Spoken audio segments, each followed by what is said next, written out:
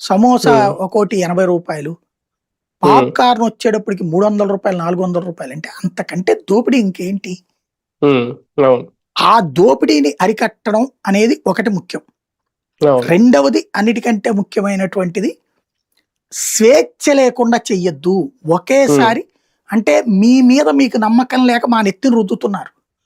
అవును. ఇదివరకటి హ్మ్. రోజుల్లో ఒక సినిమా 50 రోజులు ఆడింది. మాకు బాగా గుర్తనమాట.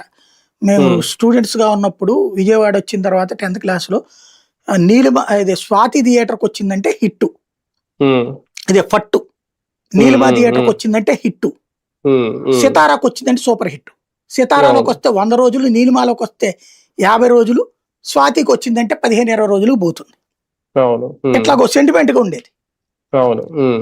50 రోజులు, 100, 150, 375 రోజులు ఆడినయ్యే సినిమాలు. అదే. అవును. అవును. నిదానంగా డబ్బులు సంపాదించుకుందాం అనుకున్నారు ఆనాడు. హ్మ్. ఇప్పుడు ఒకేసారి దోచేసుకుందాం అనుకుంటున్నారు. అదే గదా! హ్మ్. మీరు అవును. తింటారా? ఓ హ్మ్. 10 ఏళ్ల తిండి ఒకే రోజు తినేస్తారా మీరు? హ్మ్. తినరుగా? హ్మ్. మరి 10 ఏళ్ల సంపాదన మీరు ఒకే రోజు తినేద్దాం అనుకుంటున్నారే! హ్మ్. అదేమంటే నష్టం అంటే ఆ రోజు కూడా నష్టాలొచ్చినాయి కదా!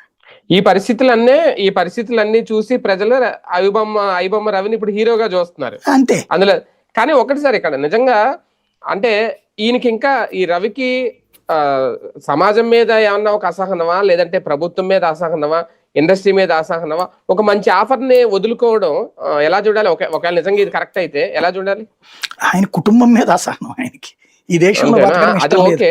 అదే. హ్మ్. ఇప్పుడు హ్మ్. వాళ్ళ ఆవిడున్న ఈ గడ్డ మీద ఆయన బతకాలనుకోవట్లేదు.